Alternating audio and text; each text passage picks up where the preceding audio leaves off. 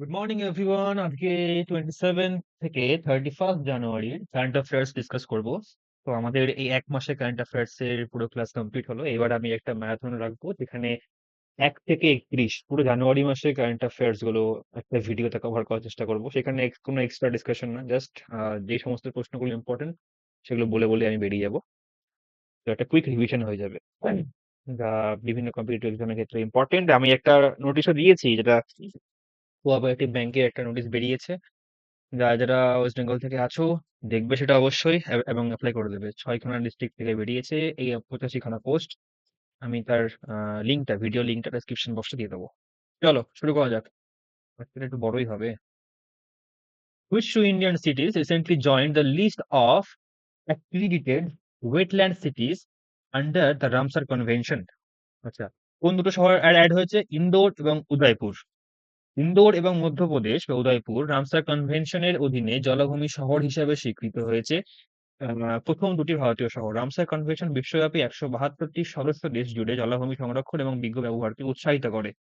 স্বীকৃতি প্রাকৃতিক এবং মানব সৃষ্ট জলাভূমিকে মূল্যায়ন করা, সংরক্ষণ করা, এই শহরগুলিকে মেইনলি স্বীকৃতি দেয়। সর্বশেষ রাউন্ডটিতে দুটি সহ 31টি শহরকে স্বীকৃতি দেওয়া হয়েছে, যা বিশ্বব্যাপী টোটাল 74টি জলাভূমিকে শহরে নিয়ে আনছে। এবং রামসার এই চুক্তির অধীনে বর্তমানে ভারতে 85খানা রামসার সাইট রয়েছে। বর্তমানে ভারতে রামসার সাইটের সংখ্যা কত? 85টা। ইন্দোর উদয়পুরে দেখতে পাওয়া গেছে এটা। আর তোমাদের জন্য একটা প্রশ্ন, রামসার সাইট ওয়েস্ট বেঙ্গলে কতগুলো আছে এবং সেটা কোন সালে রামসার সাইট হিসেবে গণ্য করা হয়েছে? এটা কমেন্টে জানাবে। ওয়েস্ট বেঙ্গলের রামসার সাইটগুলোর নাম। পরবর্তী প্রশ্ন হচ্ছে, advanced artillery gun system ATAGS is developed by which organisation? Maximum ডিফেন্সের এই সমস্ত জিনিসপত্র ডিআরডিও, তোমরা আমরা জানি ডিআরডিও তৈরি করে এগুলো। ডিফেন্স রিসার্চ ডেভেলপমেন্ট অর্গানাইজেশন তার 76তম প্রজাতন্ত্র দিবসে কুচকাওয়াজে অ্যাডভান্স আর্টিলারি গান সিস্টেম এটিএজিএস প্রদর্শন করেছে। এটিএজিএস হলো একটি 155 মিলিমিটার মিমি এবং 52 ক্যালিবার হাউইটজার, যা দেশীয়ভাবে প্রতিরক্ষা গবেষণা ও উন্নয়ন সংস্থা ডিআরডিও দ্বারা তৈরি করা হয়েছে। তার পরিসীমা প্রায় 48 কিলোমিটার। আর এখান থেকে তোমরা মনে রাখবে এটিআইজিএস টা ডিআরডিও তৈরি করেছে। ডিআরডিও অনেকগুলো এবার তৈরি করেছে, যা পুরো মাস জুড়ে আমরা ডিসকাস করেছি। 1 জানুয়ারি ডিআরডিও ডে। ডিআরডিও স্টাবলিশ হয়েছিল 1958-এ। যার chairman doctor S V Kamat, এগুলো মনে রাখবে। আচ্ছা, রেড লিস্টে নাম উঠে গেছে। সংকট অবস্থা, সংখ্যা খুব কমে যাচ্ছে দিন দিন। এটা কি? হোয়াইট ন্যাপ টিপ বার্ড। এই ছবিটা দেখতে পাচ্ছ, পাখিটার ছবিটা। এটা কোথায় দেখতে পাওয়া গেছে? কাপ্পাড়াগুড়া হিলস। এটা কোথায়? এটা আছে ইন্ডিয়ার কর্ণাটকে। উত্তর কর্ণাটকে কাপ্পাড়াগুড়া পাহাড়ে প্রথমবারের মতো নথিভুক্ত করা হয়েছিল সাদা ন্যাপটিড এই পাখিটিকে। এবং যেটা আইইউসিএন এর রেড লিস্টে সেট ন্যাপটিডকে দুর্বল হিসেবে শ্রেণীবদ্ধ করা হয়েছে। রেড, আমরা জানি রেড লিস্টে যাদের নাম ওঠে তার মানে তার সংখ্যা দিন দিন কমে যাচ্ছে, তার জন্য রেড লিস্টে তার নাম উঠে যায় এবং তার সংরক্ষণের জন্য একটা বিশেষ ব্যবস্থা করা হয়ে থাকে। তো এই পাখিটা কোথায় দেখা গেছে? হোয়াইট ন্যাপটিড বার্ড, এটা হচ্ছে ইন্ডিয়াতে। Which city has become Inland Waterways Authority of India's sixth regional office recently? ছবি দেখে বোঝা যাচ্ছে এটা কোথায়? বানারস। বারাণসীতে হয়েছে এটা। ভারতের অভ্যন্তরীণ জলপথ কর্তৃপক্ষ সম্প্রতি বারাণসীতে একটি নতুন আঞ্চলিক অফিস স্থাপন করেছে। আইডব্লিউএআই, ভারতের অভ্যন্তরীণ জলপথ কর্তৃপক্ষ আইন 1985 এর অধীনে প্রতিষ্ঠিত হয়েছিল এবং জাতীয় জলপথের অভ্যন্তরীণ জল পরিবহন পরিকাঠামো উন্নয়ন এবং রক্ষণাবেক্ষণের উপর দৃষ্টি নিবদ্ধ করে এটি। আর এর অনেকগুলো আঞ্চলিক দপ্তরও রয়েছে, যেমন গুয়াহাটিতে রয়েছে, পাটনায় আছে, কোচিতে আছে, ভুবনেশ্বরে আছে, কলকাতায় আছে। বারাণসীর অফিস উত্তরপ্রদেশে গঙ্গা এবং উপনদী বেতোয়া, চম্বল এবং গোমতীর মতো নদীগুলি সহ উন্নয়নের কাজে তত্ত্বাবধান করবে। তাহলে একবার বলে দিই কোন সিটি হচ্ছে ইনল্যান্ড ওয়াটারওয়ে অথরিটি অর্থাৎ ভারতের অভ্যন্তরীণ জলপথ কর্তৃপক্ষের দ্য সিক্স রিজিওনাল অফিস হলো, সেটা হলো বারাণসীতে। আচ্ছা, which bank becomes the first Indian bank to implement clarify NCRP integration solution? এটা হবে Punjab national bank. Punjab national bank CLARI 5 এর national cyber crime reporting portal NCRP সমাধানকে সংহত করার জন্য প্রথম ভারতীয় ব্যাংক হয়ে উঠেছে। সাইবার ক্রাইম অভিযোগ প্রক্রিয়াকরণ স্বয়ংক্রিয় করতে Indian cyber crime coordination centre I4C এর সাথে সমাধানটি তৈরি করা হয়েছিল এবং এটি ইন্টারনেট এবং মোবাইল ব্যাংকিং, এটিএম, ইউপিআই এবং এনইএফটি, আরটিজিএস এর মতো সমস্ত খুচরো ব্যাংকিং চ্যানেল জুড়ে কাজ করছে। বৈশিষ্ট্যগুলির মধ্যে রয়েছে স্বয়ংক্রিয় লিয়েন মার্কিং, আর বুদ্ধিমান অ্যাকাউন্ট মানে ইন্টেলিজেন্ট অ্যাকাউন্ট ফ্রিজ, আর গ্রাহকদের সুরক্ষার জন্য কাস্টমাইজ যোগ্য হোয়াইট লিস্টিং। ক্লারিফাইভ এর সিইও হচ্ছে রবি ভার্গিসে। পিএনবির নেতৃত্বে প্রশংসা করেছে তিনি একীকরণ ভারতীয় ব্যাংকে উদ্ভাবনের জন্য একটি নতুন মানদণ্ড বলে অভিহিত করা হয়েছে তাকে। আচ্ছা, এবার আসলাম 26th এর আবার 26 জানুয়ারি সেই ইয়ে নিয়ে প্যারেড নিয়ে প্রশ্ন। What was the theme of the joint tableau of the three Indian armies for Republic Day Parade 2025? আমাদের তিনটে যে আর্মি মানে আম, জলবাহিনী, স্থলবাহিনী, নৌবাহিনী, এই তিনটে আর্মির প্যারেডের থিম কি ছিল? এবার তার থিম ছিল এম্পাওয়ার্ড অ্যান্ড সিকিউর ইন্ডিয়া। প্রথমবারের মতো 26শে জানুয়ারি 2025-এ 76তম প্রজাতন্ত্র দিবসের প্যারেডে একটি পরিষেবা মুখনাট্য প্রদর্শন করা হবে এবং মুখনাট্যটির থিম হলো শক্ত এবং সুরক্ষিত ভারত, ক্ষমতাপ্রাপ্ত এবং সুরক্ষিত ভারত, অর্থাৎ এম্পাওয়ার্ড অ্যান্ড সিকিউরড ইন্ডিয়া। সেনাবাহিনী নৌবাহিনীর মধ্যে যৌথ অভিযানগুলি প্রদর্শন করে এবং বিমান বাহিনীও এখানে রয়েছে। এটি Arjun tank, Tejas, MKII, advance light helicopter, INS Visakhapatnam নাম এবং দূরবর্তীভাবে চালিত বিমানের মতো গুরুত্বপূর্ণ প্রতিরক্ষা প্ল্যাটফর্ম গুলিকে হাইলাইট করবে। প্রতিরক্ষায় আত্মনির্ভরতা, এটাই হচ্ছে ভারতের মূল লক্ষ্য। আচ্ছা, কোথায় হচ্ছে খেলো ইন্ডিয়া উইন্টার গেমস 2025? সেটা হবে লাদাখ এবং জম্মু কাশ্মীরে। খেলো ইন্ডিয়া উইন্টার গেম হচ্ছে কেন্দ্রীয় ক্রীড়ামন্ত্রী মনসুখ মান্ডাভিয়া, নামটা মনে রাখবে, কেন্দ্রীয় ক্রীড়ামন্ত্রী মনসুখ মান্ডাভিয়া 23শে জানুয়ারি লাদাখে খেলো ইন্ডিয়া শীতকালীন গেমস বা উইন্টার গেম 2025 উদ্বোধন করলেন। ইভেন্টে 19টি দল এবং আইএস হকি এবং স্কেটিং প্রতিযোগিতা অন্তর্ভুক্ত। দ্বিতীয় পর্বে থাকবে স্নো স্পোর্টস কে কেন্দ্র করে 22 থেকে 25শে ফেব্রুয়ারি পর্যন্ত জম্মু কাশ্মীরে হবে সেটাও। লাদাখ দ্বিতীয়বারের মতো আয়োজন করছে এটা। 428 জন ক্রীড়াবিদ সহ 594 জন অংশগ্রহণকারী এখানে থাকবে। অনুষ্ঠানগুলো সরাসরি সম্প্রচার করা হবে দূরদর্শন স্পোর্টসে। Okay. Recently, which institution has been awarded for Subhash Chandra Bose Aapda Prabandhan Puraskar 2025, the institutional category? আমরা জানি এটা ইনস্টিটিউশনাল ক্যাটাগরিতে একটা পুরস্কার দেওয়া হয়ে থাকে। সেটা সুভাষ চন্দ্র বোস আপদা প্রবন্ধন পুরস্কার।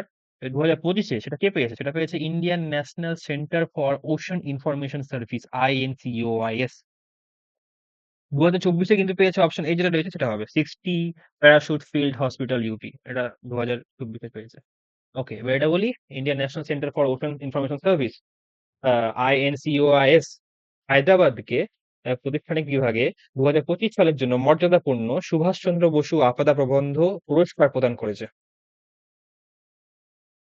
ওকে, নেক্সট হচ্ছে what is the India's rank global fire power index 2025? Global fire power index 2025-এ ইন্ডিয়ার র্যাঙ্ক হচ্ছে ফোর্থ। ভারতব্যাপী তার শক্তিশালী সামরিক মর্যাদা বজায় রেখে গ্লোবাল ফায়ার পাওয়ার ইন্ডেক্সে 2025-এ চতুর্থ স্থান অর্জন করেছে। জনশক্তি, সম্পদ এবং ভূগোল সহ 7টিরও বেশি প্যারামিটারের উপর ভিত্তি করে র্যাঙ্কিং করা হয়েছে। গ্লোবাল ফায়ার পাওয়ার ইন্ডেক্সে 2025 অনুসারে ভারত ক্রমাগত বিশ্বের চতুর্থ সর্বশক্তি বা শক্তিশালী সামরিক বাহিনী হিসেবে স্থান পেয়েছে। এখানে ভারতের র্যাঙ্ক কত? ভারতের র্যাঙ্ক হচ্ছে 0.1184 স্কোর। আহ আচ্ছা, ভারত তো 4 নম্বরে আছে। 1, 2, 3-এ কে আছে? একে আছে মার্কিন যুক্তরাষ্ট্র, ইউএসএ, সেকেন্ডে রাশিয়া, থার্ডে চীন, ফোর্থে হচ্ছে ভারত, ফিফথে কিন্তু জাপান, মনে রাখবে। 145টি দেশের মধ্যে এটা হয়েছে ইন্ডেক্সটা। আর আমাদের যেহেতু আশপাশের দেশগুলোর কথাও বলে দিই, পাকিস্তানের স্থান হচ্ছে 12। ভুটান 145তম, সব থেকে লাস্ট শেষ দেশ হচ্ছে ভুটান, 145তম র্যাঙ্ক তার। বাংলাদেশ 35তম, নেপাল 126তম, শ্রীলঙ্কা 110তম স্থানে রয়েছে। আচ্ছা, জিও ট্যাগিং ইন কাশ্মীর আর একটা যেটা পেলো, মানে what is the name of the tree that recently পেয়েছে ডিজিটাল প্রোটেকশন, পাবে through Jio tagging in Kashmir. সেটা হচ্ছে চিনার ট্রি। এই গাছের পাতা তোমরা দেখে থাকবে বিভিন্ন সিনেমাতে বা দেখাই। এই গাছের পাতায় বিশেষ করে বসন্ত ঋতুতে এই গাছের পাতা পুরো অরেঞ্জ হয়ে যায়, সেই সময় একটা অসাধারণ সৌন্দর্য মানে দেখতে পাওয়া যায় কাশ্মীরে। কাশ্মীরের আইকনিক চিনার ট্রি, যার সাইন্টিফিক নেম হচ্ছে প্ল্যাটানাস ওরিয়েন্টালিস, জিও ট্যাগ করা হয়েছে এবং ডিজিটাল সুরক্ষার জন্য কিউআর কোড দিয়ে সজ্জিত করা হয়েছে এবং গাছগুলি 30 মিটার পর্যন্ত পৌঁছায় হাইট। 30 থেকে 50 বছর ধরে পরিপক্ক হতে সময় লাগে স্পন্দনশীল মৌসুমী পাতার রঙের সাথে। এবং প্রাচীনতম চীনের প্রায় 700 বছরের পুরনো হয়ে থাকে সুফি সাধক সৈয়দ কাতিম শাহ নামে রোপণ করেছিলেন। এর অনন্য পাতাগুলি ঋতুর রঙের সাথে রং পরিবর্তন করে এবং ওষুধ, অভ্যন্তরীণ আসবাবপত্র এবং রঞ্জনবিদ্যা সহ বিভিন্ন ব্যবহারের হয়েছে। জম্মু কাশ্মীরের ফরেস্ট রিসার্চ ইনস্টিটিউটের নেতৃত্বে এই প্রকল্পে লক্ষ্য হলো গাছগুলির বৃদ্ধি, স্বাস্থ্যের ক্ষেত্রে পরিবর্তনগুলি ট্র্যাক করা এবং ঝুঁকির কারণগুলি মোকাবিলা করা। আর একটা বলে দিই, জিও ট্যাগ পেয়েছে ভার্জিন কোকোনাট অয়েল নিকোবরে। নিকোবরে virgin coconut oil geo tag পেয়েছে। ওকে, পরবর্তী হচ্ছে, which state has become the first north eastern state distribute property card under এসভিএমআইটিএ এমআইটিভিএ স্কিম? এই স্কিমের আন্ডারে নর্থ ইস্টার্ন কোন নর্থ ইস্টের উত্তর পূর্বর কোন রাজ্য প্রপার্টি কার্ড ডিস্ট্রিবিউট করছে? সেটা হবে মিজোরাম। মিজোরাম উত্তর পূর্ব ভারতের প্রথম রাজ্য হয়ে উঠেছে, যেটি এসভিএমআইটিভিএ প্রকল্পের অধীনে সম্পত্তি কার্ড বা প্রপার্টি কার্ড বিতরণ করছে। বিতরণ অনুষ্ঠানটি 18 জানুয়ারি 2025 হয়েছিল। Governor general doctor V K Singh Raj Bhavan Aizawl থেকে কার্যত অংশগ্রহণ করেছিল। প্রধানমন্ত্রী নরেন্দ্র মোদী অংশগ্রহণ নিয়েছিলেন। 10টি রাজ্য এবং 2টি কেন্দ্রশাসিত অঞ্চলে 65 লাখেরও বেশি সম্পত্তি কার্ড বিতরণ করা হয়েছে। মিজোরামে 18টি গ্রামে 1754 জন সম্পত্তি কার্ডের অধিকারী বা কার্ডধারী তাদের কার্ড পেয়েছেন। Okay, UCC uniform civil code, which is the first state in India, independent India to implement, মানে স্বাধীন ভারতের কোন প্রথম রাজ্য যে ইউনিফর্ম সিভিল কোড ইমপ্লিমেন্ট করছে? সেটা হবে উত্তরাখণ্ড। উত্তরাখণ্ড 27 জানুয়ারি 2025 সালে ইউনিফর্ম সিভিল কোড কার্যকর করা ঐতিহাসিক পদক্ষেপ নিয়েছে এবং এটির ভারতের প্রথম রাজ্য হিসেবে পরিণত হয়েছে। এর মূল উদ্দেশ্য কি? এই ইউনিফর্ম সিভিল কোডের মূল উদ্দেশ্য হচ্ছে সকল নাগরিকদের জন্য সমান আইন প্রতিষ্ঠা করা এবং ধর্মীয় ভিত্তিতে বৈষম্যের অবসান ঘটানো। ইউনিফর্ম সিভিল কোড আমরা জানি এটা বা সংবিধান বা ইন্ডিয়ান কনস্টিটিউশন বা ভারতের সংবিধানে পার্ট 4 ডিপিএসপি আন্ডারে, directive principal and state policy আন্ডারে রয়েছে, যার আর্টিকেল হচ্ছে আর্টিকেল 44 এর আন্ডারে ইউসিসি রয়েছে। তাই খুব ইম্পর্টেন্ট, পরীক্ষায় এটা এমসিকিউ তে অনেকবার অনেক পরীক্ষাতে এসেছে। ইউনিফর্ম সিভিল কোড কোন আর্টিকেলে রয়েছে? সেটা হবে article 44। Which player holds a record for scoring the most run without getting out in T20 ICC cricket? এটা হবে তিলক ভার্মা। আউট না হয়ে সব থেকে বেশি রান করলো, প্রায় 318 রান করলো 25 জানুয়ারি 2025 পর্যন্ত। নট আউট তিনি রান করে গেছেন 318 রান করে, একটা ওয়ার্ল্ড রেকর্ড তিনি টি-টোয়েন্টি ক্রিকেট ক্যারিয়ারে তৈরি করেছেন। Which state has become the first northeastern state to sign a memorandum of understanding with Vasini? এটা হবে ত্রিপুরা। ত্রিপুরা সরকার মিতওয়াই এর অধীনে ডিজিটাল ইন্ডিয়া ভার্সিটি ডিভিশনের সঙ্গে একটি সমঝোতা স্মারক স্বাক্ষর করেছে, যাতে প্রশাসন আঞ্চলিক ভাষাগুলিকে উন্নীত করা যায়। মানে এটা মেইন উদ্দেশ্য হচ্ছে আঞ্চলিক ভাষাগুলোকে ডেভেলপ করা বা তুলে আনা। ভাষিনী ডিজিটাল ইন্ডিয়া উদ্যোগের একটি অংশ। 22টি ভারতীয় ভাষা রিয়েল টাইম অনুবাদ, বক্তৃতা থেকে টেক্সট এবং ভয়েস টু ভয়েস যোগাযোগ করতে সক্ষম। ভাষিনী হচ্ছে বহুভাষিক শাসনের জন্য সিএম হেল্পলাইন, ই বিধান কিষাণ সহায়তা অ্যাপ, ই জেলা, অমর সরকার, সিসিটিএনএস এর সঙ্গে একীভূত করা হবে। অর্থাৎ এই সমস্ত যে অ্যাপগুলো রয়েছে, মানে আঞ্চলিক ভাষা যাতে প্রায়োরিটাইজ পায় এবং যাতে আঞ্চলিক লোকেরা সেই অ্যাপগুলো ইউজ করতে পারে, তার জন্য এটা মেইন উদ্যোগ এদের। ত্রিপুরা প্রথম উত্তর পূর্ব এবং পূর্ব ভারতের রাজ্য হয়ে ওঠে এবং সামগ্রিকভাবে অষ্টম ভাষিনীর সাথে একটি সমঝোতা স্মারক করে। ত্রিপুরা, নামটা মনে রাখবে। ত্রিপুরা ভাষী মেমোরান্ডাম স্বাক্ষর করলো as a north eastern state, সেটা হলো ত্রিপুরা। ত্রিপুরা আরেকটা আমরা কি পেয়েছিলাম? রয়্যাল ব্যান্ডেড বাটারফ্লাই দেখতে পাওয়া গেছে ত্রিপুরাতে। তোমরা আমাকে জানাবে সেটা কোন ন্যাশনাল পার্কে সেই বাটারফ্লাইটা দেখতে পাওয়া গেছিল। কমেন্টে বলবে।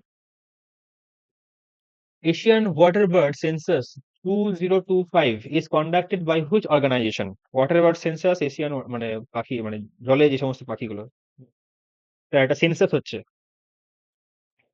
তো সেটা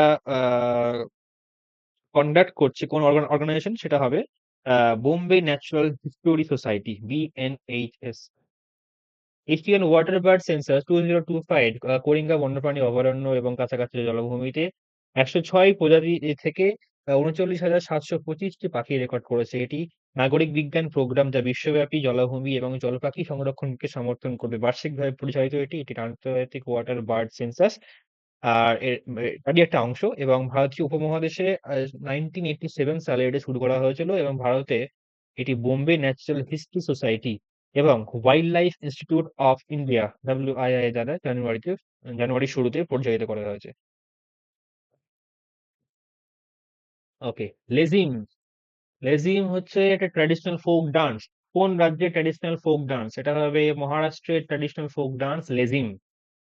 ছত্রপতি সম্ভাজি মহারাজের উপর ভিত্তি করে ছবিতে লেজিম নাচের একটি দৃশ্য মহারাষ্ট্রের বিতর্কে জন্ম দিয়েছে। লেজিম হলো মহারাষ্ট্রের একটি ঐতিহ্যবাহী লোকনৃত্য যা একটি কাঠের লাঠির সঙ্গে আহ করতাল দিয়ে পরিবেশিত হয়ে থাকে। এটি একটি নাচ এবং কঠোর শারীরিক ড্রিল উভয়, যার প্রয়োগ আছে ২-৪ বৃত্তের গঠনে সঞ্চালিত হয়। ছত্রপতি শিবাজী মহারাজের পুত্র ছত্রপতি সম্ভাজি মহারাজ ১৬৮১ সালে তার সৎ ভাই রাজারামের সাথে যুদ্ধের পর ক্ষমতা গ্রহণ করেছিলেন। হিস্ট্রি এটা প্রশ্ন। আচ্ছা, লেজিম থেকে লোকনৃত্য পেয়ে গেলাম, যেহেতু এটা নিউজে এসেছিল তাই জন্য লেজিম ইম্পর্টেন্ট হয়ে গেছে। লেজিম নাচ কোন রাজ্যের লোকনৃত্য, সেটা হচ্ছে মহারাষ্ট্র। লোকনৃত্য থেকে মনে আসলো, এর আগে ত্রিপুরা হলো, ত্রিপুরাতে কি বলে ককবরক, এটা ভাষার নিউজে এসেছিল রিসেন্টলি জানুয়ারি মাসে। ককবরকটা হচ্ছে ত্রিপুরার ভাষা। আরেকটা ছিল নাচ যেটা এসেছিল নিউজে সিকিমের একটা ফোক ডান্স ছিল, অ্যানুয়াল ফেস্টিভ্যালের ফোক ডান্স, এই মুহূর্তে নামটা মনে পড়ছে না। তোমাদের মনে পড়লে অবশ্যই জানাবে। জানুয়ারিতেই হয়েছিল, আমি দেখিয়েও ছিলাম। আমার একটা কোশ্চেনে অ্যাটেন্ড করেছিলাম, যেটা জানুয়ারিতেই হয়েছিল প্রথম দিকে। সিকিমের একটা নাচ। যাই হোক, পরবর্তী প্রশ্ন। Which ministry has launched the MSME Team initiative to empower small business in adopting digital commerce? এটা হবে ministry of micro small and medium enterprises. কোন মিনিস্ট্রি লঞ্চ করেছে এমএসএমই টিম ইনিশিয়েটিভ, যেটা এম্পাওয়ার করবে ছোট ছোট যে সমস্ত বিজনেস গুলো আছে, সেগুলো তাদের যে ডিজিটাল কমার্সে অ্যাডাপ্ট করবে সেই দিক থেকে তারা এম্পাওয়ার করবে। এটা কোন মিনিস্ট্রি আন্ডারে পড়ছে? মিনিস্ট্রি অফ এমএসএমই আন্ডারে। ক্ষুদ্র micro small and medium enterprise, ক্ষুদ্র ব্যবসাগুলিকে ডিজিটাল বাণিজ্য গ্রহণে সহায়তা করার জন্য এমএসএমই ট্রেড এনাবলমেন্ট অ্যান্ড মার্কেটিং উদ্যোগ চালু করেছে। যার বাজেট ধরেছে এরা ২৭৭.৩৫ কোটি টাকা। যাই হোক, এটা ডিটেলস দেখে নেবে, এটাও অত ইম্পর্টেন্ট না। মেইনলি হচ্ছে এমএসএমই আন্ডারে এটাকে ডিজিটালাইজ করার জন্য এই মিনিস্ট্রি করছে, এটা জাস্ট মনে রাখবে। Which institution recently extracted silicon carbide from simulated moon soils? এই মুন সয়েল থেকে সিলিকন কার্বাইড এক্সট্রাক্ট করলো কোন ইনস্টিটিউট? সেটা হবে আইআইটি মাদ্রাস। আইআইটি মাদ্রাসে গবেষকরা সিমুলেটেড চাঁদের মাটি থেকে সিলিকন কার্বাইড বের করেছেন, যা ভবিষ্যতে চন্দ্রের বাসস্থান নির্মাণে সহায়তা করছে। এবং সিলিকন কার্বাইড, যাকে কার্বোরান্ডামও বলা হচ্ছে, এবং এটি সিলিকন এবং কার্বনের একটি সিনথেটিক স্ফটিক যৌগ। এটি অত্যন্ত কঠিন, উচ্চ তাপ পরিবাহিতা রয়েছে যার মধ্যে, এবং পরিধান, অক্সিডেশন এবং রাসায়নিক বিক্রিয়ায় চমৎকার প্রতিরোধের প্রস্তাব দেয়। তো আইআইটি মাদ্রাস এই যে সিমুলেটেড চাঁদের মাটি পাওয়া গেছে সেখান থেকে সিলিকন কার্বাইড বের করছে। Which state won the Best W Award at 76th Republic Day 2025? এবার রিপাবলিক ডে তে কোন ট্যাবলুটা মানে প্রথম হয়েছে? সেটা হচ্ছে উত্তরপ্রদেশ ট্যাবলু, যার থিম ছিল মহাকুম্ভ। এবার মহাকুম্ভ হচ্ছে উত্তরপ্রদেশের প্রয়াগরাজে মহাকুম্ভিত হচ্ছে। এই মহাকুম্ভে মুখ নাটক বা ট্যাবলু ৭৬তম প্রজাতন্ত্র দিবসের অনুষ্ঠানে সেরা মুখ নাটকের পুরস্কার জিতেছে। আচ্ছা, তোমরা আমাকে বলবে এর আগের বছর অর্থাৎ ২০২৪-এ কোন ট্যাবলু ফার্স্ট প্রাইজ জিতেছে, কমেন্ট জানাবে। Which institute has launched the iSpot portal for reporting technical glitches? কোন ইনস্টিটিউট লঞ্চ করছে আইএসপট পোর্টাল, এই যা মেইনলি ডিটেক্ট করবে টেকনিক্যাল গ্লিচ গুলোকে? এটা হবে SEBI, SEBI, securities and exchange board of India. SEBI প্রযুক্তিগত ত্রুটির উপর মূল বিশ্লেষণ আর প্রতিবেদন জমা দেওয়ার জন্য প্রযুক্তিগত সমস্যাগুলির জন্য ইন্টিগ্রেটেড এসিবিআই পোর্টাল বা আইএসপট নামে একটি ওয়েব ভিত্তিক পোর্টাল চালু করেছে।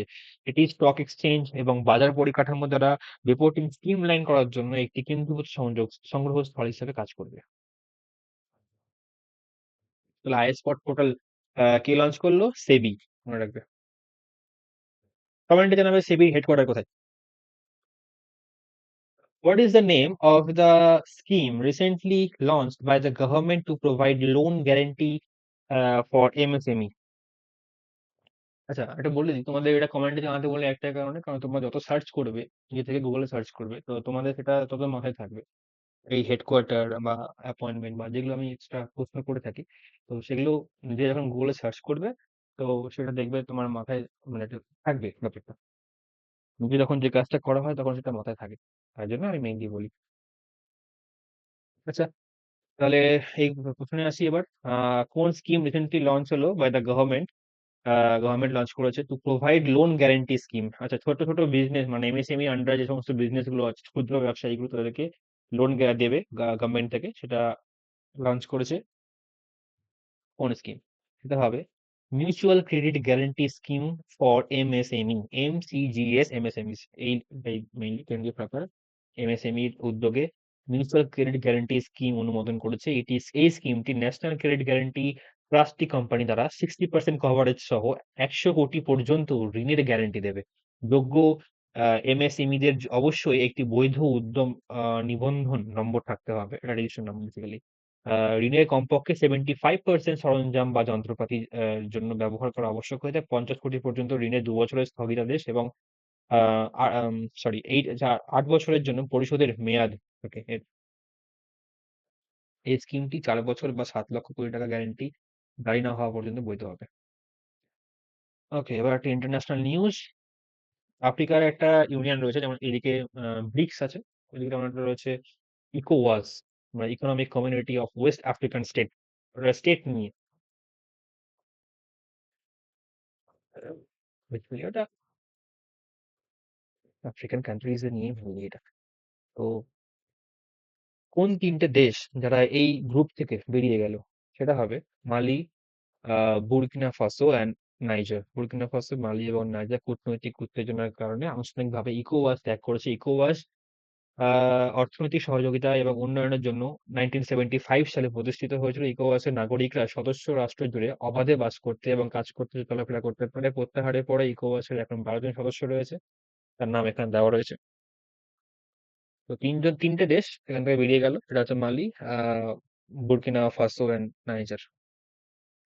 নামদফা টাইগার রিজার্ভ রিসেন্টলি নিউজে এসছে, সেটা কোথায় আছে? নামদফা টাইগার রিজার্ভ, সেটা হবে অরুণাচল প্রদেশে। 12 বছর পর নামদফা টাইগার রিজার্ভে সম্প্রতি একটি হাতিকে ক্যামেরা বন্দী করা হয়েছে, যা সংরক্ষণ প্রচেষ্টাকে আরো জোরদার করেছে। তো এটা নিউজে যেহেতু এসছে তাই জন্য দিয়েছি, কিন্তু মেইনলি এটা তোমরা মাথায় রাখবে, এটা একটা স্ট্যাটিক প্রশ্ন। নামদফা টাইগার রিজার্ভ কোন রাজ্যে অবস্থিত? সেটা হবে অরুণাচল প্রদেশে অবস্থিত। Who owned men's and women's single title at the senior national table tennis championship? National জাতীয় টেবিল টেনিস চ্যাম্পিয়নশিপে একক ভিত্তিক মহিলা এবং পুরুষ বিভাগে কে জয়ী হয়েছেন? তিনি হলেন মানুষ শাহ এবং দিয়া চিটালে, এরা দুজন জয়ী হয়েছেন। ইসরো লঞ্চ করলো তার 100তম satellite. ISRO launch 100th missions by which rocket? কোন রকেটের দ্বারা? GSLV F-15। ইসরো সম্প্রতি জিএসএলভি F-15 রকেট ব্যবহার করে সফলভাবে তার 100তম মিশন চালু করেছে। এই মিশনটি NVS-02 নেভিগেশনের স্যাটেলাইট বহন করে। এর উপলক্ষে ইসরো চেয়ারম্যান ভি নারায়ণ, মনে রাখবে ইসরোর চেয়ারম্যান সম্প্রতি জানুয়ারি মাসে তিনি রিক্রুট হয়েছেন, ভি নারায়ণ, বলেছেন যে তাদের লক্ষ্য আগামী 5 বছরের মধ্যে আরো 100টি মিশন চালু করা। তোমরা আমাকে বলবে ইসরোর সদর দপ্তর কোথায় এবং ইসরোর ফাউন্ডেশন ইয়ার কোন সালে ইসরো প্রতিষ্ঠা হয়েছিল? Amelia Kerr, who was named ICC women cricketer of the year 2024-এর women cricketer of the year. তিনি কোন কান্ট্রির? জার্সি দেখেই বোঝা যাচ্ছে তিনি নিউজিল্যান্ডের। অনেকেই আছেন, এবার অনেকগুলো স্পোর্টস এর নিউজ পেয়েছি, যেমন গ্রেগ বেল, তিনি মারা গেছেন রিসেন্টলি। তিনি ছিলেন যে লং জাম্পার। তিনি কোন দেশ থেকে বিলং করতেন? তিনি ছিলেন ইউএস এর। বিখ্যাত American long jumper Greg Bell সম্প্রতি মারা গেছেন 7ই নভেম্বর 1930-এ ইন্ডিয়ান প্লে হাউসে জন্মগ্রহণ করেছিলেন এবং 1956 মেলবোর্ন অলিম্পিকে স্বর্ণপদক জিতেছিলেন তিনি। একটা অ্যাপয়েন্টমেন্ট, হিসাশি টাকিউশি রিসেন্টলি অ্যাপয়েন্ট হয়েছে as a CEO MD which কোম্পানির? তিনি হচ্ছেন মারুতি সুজুকির। মনে রাখবে হিসাশি টাকিউশি মারুতি সুজুকি সিইও এবং এমডি হিসেবে জয়েন করেছে। অস্ট্রেলিয়ান ওপেন, এবার হয়েছে, কে জিতেছে মেন সিঙ্গেলে? তিনি হচ্ছেন জেনিক সিনার। বিশ্বের 1 নম্বর টেনিস খেলোয়াড় জেনিক সিনার টানা দ্বিতীয়বারের মতো অস্ট্রেলিয়ান ওপেনের শিরোপা জিতেছেন। 2024-এও কিন্তু ইনি জিতেছিলেন অস্ট্রেলিয়ান ওপেন এবং 2025-এও জিতেন, পরপর 2বার জিতলেন। আচ্ছা, এই কোশ্চেনটা রিপিট হয়েছে। ICC emerging men cricketer of the year কে জিতেছে? শ্রীলঙ্কার প্লেয়ার কামিন্দু মেন্ডিস। আইসিসি বর্ষসেরা উদীয়মান পুরুষ, মানে আপকামিং, মানে নতুন আসছে, জাস্ট উদয় হয়েছে তার, ওই জন্য দিয়েছে emerging men cricketer of the year. তিনি শ্রীলঙ্কা 25 বছর বয়সী তরুণ কামিন্দু মেন্ডিস জিতেছে। আর কে জিতেছে ICC umpire of the year award 2024? তিনি হচ্ছেন রিচার্ড ইলিংওট। 4র্থবারের মতো জিতলো, 2024-এও কিন্তু জিতেছিলেন। 2022-এও তিনি জিতেছিলেন। এবার 24-22-এ জিতেছে। আর কারা কোন সালে জিতেছে? আর টোটাল 4 বার জিতেছে। বাকিগুলো সাল মনে নেই। 22 আর 24 আমার মনে আছে। Richard Illingworth. স্পোর্টস রিলেটেড আরো 4টে নিউজ। স্যার গারফিল্ড সোভস ট্রফি। আর এবার জিতেছে জসপ্রীত বুমরা। স্যার গারফিল্ড সোভস ট্রফি, যেটা মেইনলি 2004 সাল থেকে দেওয়া হচ্ছে। প্রথম ট্রফি জিতেছে হচ্ছে রাহুল দ্রাবিড়। বিরাট কোহলি দুবার এই ট্রফি জিতেছে, জাস্ট বুমরা এই বছর জিতলো 2024-এ। Even Jasprit Bumrah ICC men test player of the award জিতেছে, এবং আইসিসি মেন টি-20 প্লেয়ার অফ দ্য অ্যাওয়ার্ড জিতেছে হচ্ছে হরদীপ সিং। আর মেন ওডিআই জিতেছে সে আজমুল্লাহ উমরাজি, আফগানিস্তানের প্লেয়ার। Thank you. আজকের মতো এইটুকুটাই। এবার আমি একটা মান্থলি নিয়ে আসবো ম্যারাথন। ভালো লাগলে অবশ্যই লাইক শেয়ার সাবস্ক্রাইব করে দিও। Thank you everyone.